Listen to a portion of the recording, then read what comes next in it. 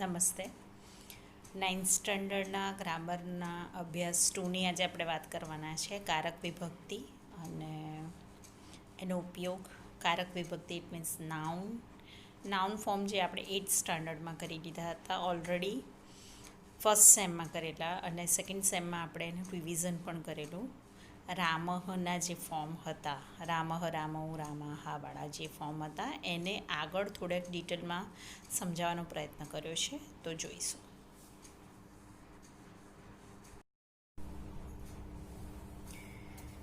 કારક વિભક્તિ પરિચય અભ્યાસ 2. કારક it also means noun. Read the following sentences. Dvam yanen gruham gachasi. शिक्षकात् छात्राः वेदस्य मन्त्रं पठन्ति. छात्रः प्रश्नस्य उत्तराणि लेखिन्या सञ्चिकायां लिखति. In above sentences,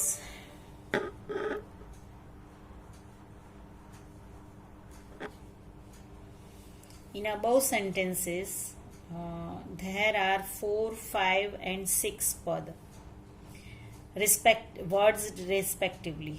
These words can be divided into two parts, noun and verb. Noun means karak pad and verb means kriya pad. In the first sentence, 3 words tvam, yanen and gruham are noun, whereas gachati is only verb. Similarly, in other 2 sentences also, pathanti, likhati are verbs and remain all are nouns. Karak pad is also called as nampad, noun. હવે કારક means doer means karta. The words thing which make action that take place is called karak. There are 6 karaks: karta, karma, karan, sampradan, apadan, adhikaran. All these karak are more or less helpful in making action takes place. To understand these, look at the following chart. આ ચાર્ટમાં આ કર્તા, કર્મ, કરણ, સંપ્રદાન, આપાદાન and અધિકરણ એના words આપેલા છે. તો જોઈએ.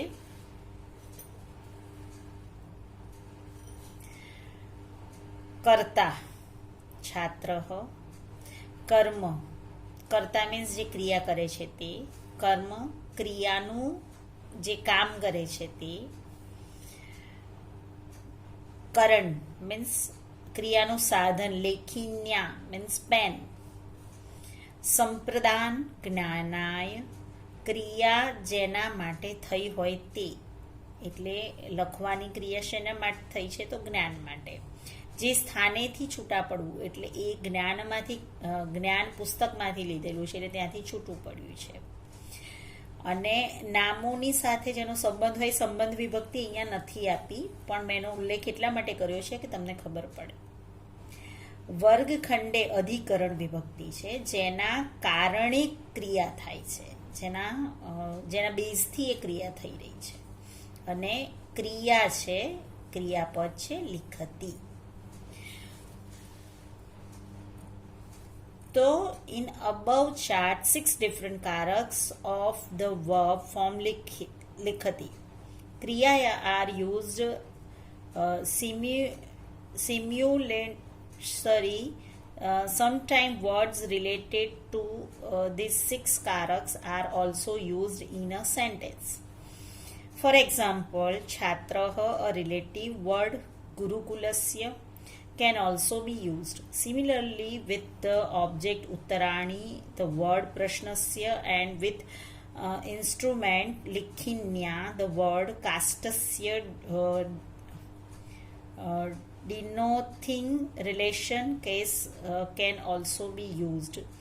એટલે આની સાથે છાત્રની સાથે ગુરુકુલ વપરાય, ઉત્તરાણીની સાથે પ્રશ્ન પણ વપરાય, લેખ લેખિન્યાની સાથે કાસ્ટ પણ વાપરી શકાય. આ બધા વર્ડ્સ યુઝ કરેલો અહીંયા બીજા પેજ પર એનો ચાર્ટ છે, એ આપણે પહેલાં સમજીશું.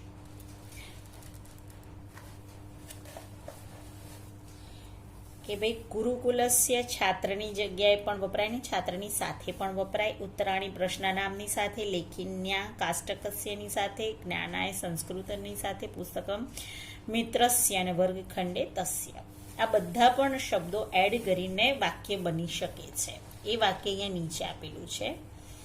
ધીસ વન છાત્ર કાષ્ટકસ્ય લેખિન્યા સંસ્કૃતસ્ય જ્ઞાનાય મિત્રસ્ય પુસ્તકાત તસ્ય વર્ગખંડે પ્રશ્નાનામ ઉત્તરાણી લિખતી. તો એનું ટ્રાન્સલેશન થશે ગુરુકુલસ્ય છાત્ર, અહીંથી શરૂ થશે. ધ સ્ટુડન્ટ ઓફ ગુરુકુલસ્ય છાત્ર, the student of Gurukul writes with a wooden pen, લેખિન્યા કાષ્ટસ્ય લેખિન્યા with wooden pen, સંસ્કૃતસ્ય જ્ઞાનાય knowledge of Sanskrit, wooden pen answer of question, પ્રશ્નામ ઉત્તરાણી લિખત write from his friend's book મિત્રસ્ય પુસ્તકાત, for getting knowledge જ્ઞાનાય સંસ્કૃત જ્ઞાનાય, for getting knowledge of Sanskrit સંસ્કૃતસ્ય જ્ઞાનાય in his class તસ્ય વર્ગખંડે.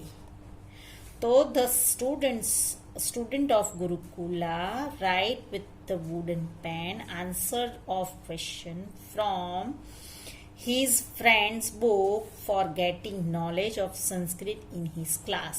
In this sentence 6 karakas each with its relative noun are used.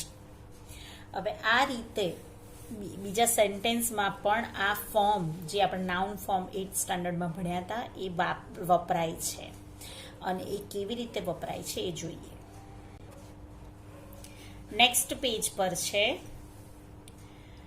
વિભક્તિ, કારક કઈ રીતે લખાય છે અને ઇંગ્લિશમાં એ કયા વર્ડ સાથે સફિક્સ સાથે એ યુઝ થાય છે એનું ટેબલ છે.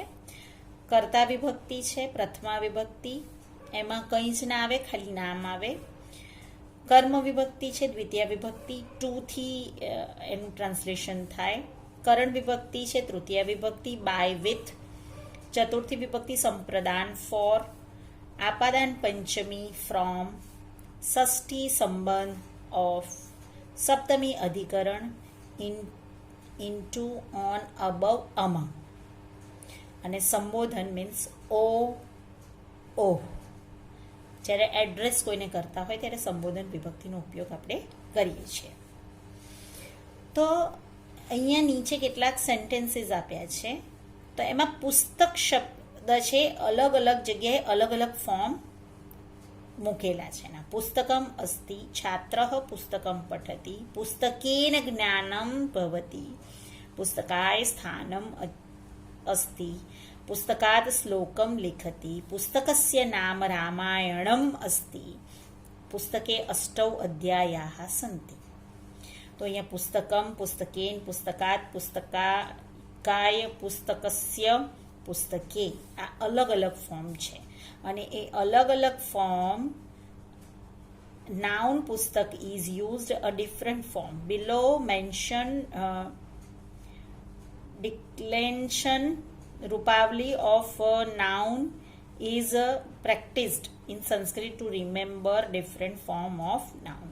લાસ્ટ ટાઈમ રામના ફોર્મ જોયેલા એ પ્રમાણે અહીંયા બીજા અલગ ફોર્મ આપેલા છે, એ આપણે તૈયાર કરવાના રહેશે.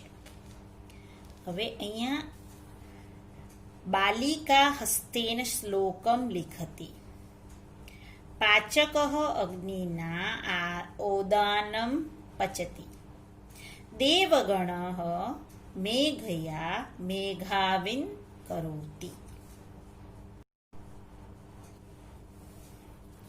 આ ત્રણેય સેન્ટેન્સમાં In all sentences given above, karta karak is in prathama karak, is in dvitiya karak, karan karak is in tritiya. Subject is in nominative, object is accusative, and means is in instrumental case. In all these sentences, karak and cases are same. Yet some change is seen in noun form. The words balika, pachakah, devgan, all these are in nominative, means prathama, singular, yet visarg is not used with noun balika, whereas it is used with pachakah and devgan similarly. Hasten agnina meghaya are instrumental singular form, but sound and na ya are used with hast, agni and megha respectively. In fact, these sound are suffixes of case which noun take, which pratyay should also be studied. એટલે according to form and according to meaning સંસ્કૃતના form વપરાય છે.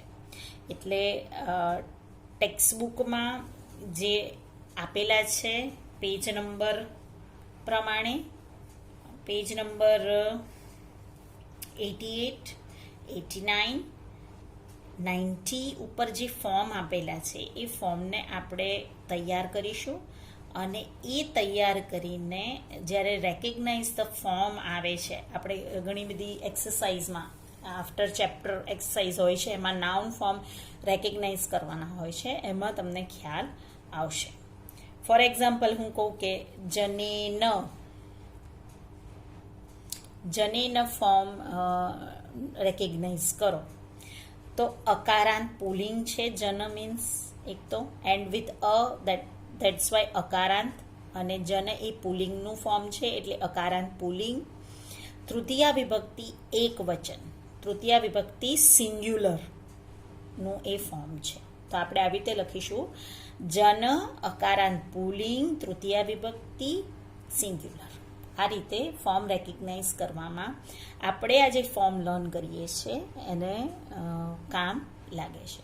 Thank you very much.